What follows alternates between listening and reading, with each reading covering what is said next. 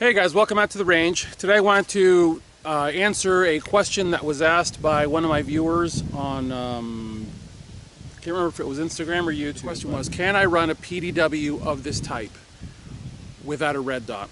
Can I run it with handgun sights? And the answer to that is yes, but not very well. You can run it with handgun sights. How can I put this concisely? You can run it with handgun sights up close. This is just shy of 10 yards. You can run it with handgun sights up close, but you can't run it very well up close. It will cost you indecision. And what I mean by that is, okay, actually, we'll address the first thing. What I mean by that is, it will cost you the ability to make a decisive shot. OODA, OODA, observe, orient, decide, act. You need to be able to observe what the threat is, whether it be in your home, whether it be in your place of work, whether it be out and about. You need to observe, you need to orient to that threat, you need to decide to take the shot, and then you need to act by taking the shot. If any one of those four is interrupted, you have to start over again. Well, what happens with pistol sights on a PDW is that you end up with a moment, well, with all honesty, you end up with a moment of indecision that is constantly asking a very simple question of you. Do I have enough accuracy at the moment that I'm choosing to take the shot? Do I have enough accuracy to take that shot? So it's the moment where I say, okay, I got to drop this guy. I'm gonna go from here on the frame and I'm gonna take the shot. But then he moves. And the pistol sights don't give you the accuracy to discern where is he going. I need to track him, I need to follow him. Optics do. The other issue is that handgun sights are not meant to be viewed from this distance, which is, I'm going to say, roughly 5 to 6 inches. They're designed to be viewed at this distance, which is full arm's length. Even at this distance, I can actually get a decent sight picture just off the sights, and I can discern where my shot needs to go. The second that I bring these up, there's so much visual slop between my front sight post and my rear sight post that I've got this effect going. See how much visual slop there is? So we're talking windage and elevation. There's so much visual slop on these sights.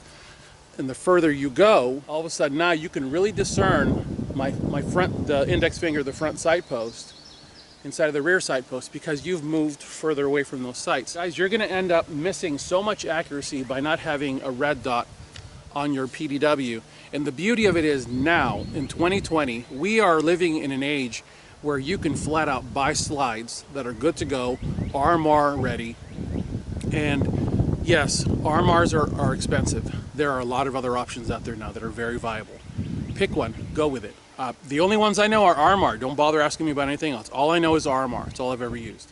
The reason that I like a PDW with an optic, even for confined spaces, is that I'm able to be shoulder up. I'm able to be shoulder up with that weapon at all times, looking through my optic, not holding the weapon down. So let's make believe that this is a rifle. To get around the corner, I've got to either bring the rifle down or I've got to bring the rifle high port to get around this corner. And once I get around the corner, I'm going to have to push it out, press it into my shoulder to take my shot. With a PDW, I'm able to set up for a dropout. I'm able to negotiate my corner the way I'm supposed to without breaking the visual plane, dropping out, and taking the shot. You can't get away with that even with a 7.5.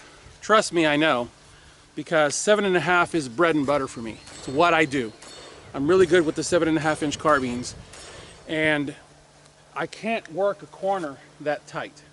Now, distance obviously is your friend on corners, but imagine if this is a hallway, a very narrow hallway in an older home, and all you've got is this much.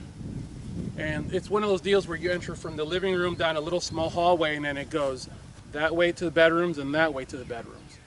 And you come upon that corner, and there's somebody right there. Wouldn't it be nice to have a weapon that allows you to be up, to be working your light around that corner? to be doing the things that you know that you need to be doing because you have very little muzzle out in front of you.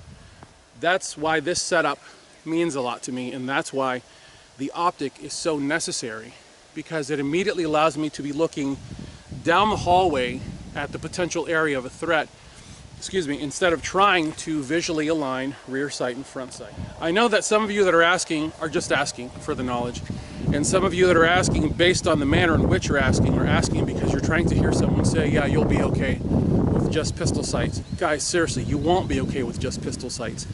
Get the Recover 2020. This is not a $400 item like a lot of other adapters. This is a $100-ish item. The kit that I got was the 150. I didn't really feel that I needed the angled forward grip, although now, I gotta be honest with you, now I'm kind of curious. I want to try it. The reason I chose not to go with the angled forward grip is because I like the light on the bottom. For that, the reason for that is it is left side compatible and it is right side compatible. I can always access the light from both sides. If you have the angled forward grip, you have to remember that you're going to have to mount your light here on the side, and you're not going to be able to holster it. I don't have the holster on right now because right now I'm treating this as a PDW. You're going to have the light here, and with the angled forward grip, you're going to have to reach up to activate your light. So that's one thing to think about. To me, with all honesty, there are few things about this that are deal breakers. I mean, there's so little that is negative, and I don't even really view them as negative. I just view them as mild restrictions, because this is not a true PDW with a safety, and the safety is the holster, putting it into the holster. So I hope I've answered your question. I've probably raised more questions, but that's okay because that's part of the learning process. If you guys have any questions or comments, leave them below. I'll do my best to answer them. As always, I thank you guys for watching. God bless you all. Get those guns out in practice. Have a good one.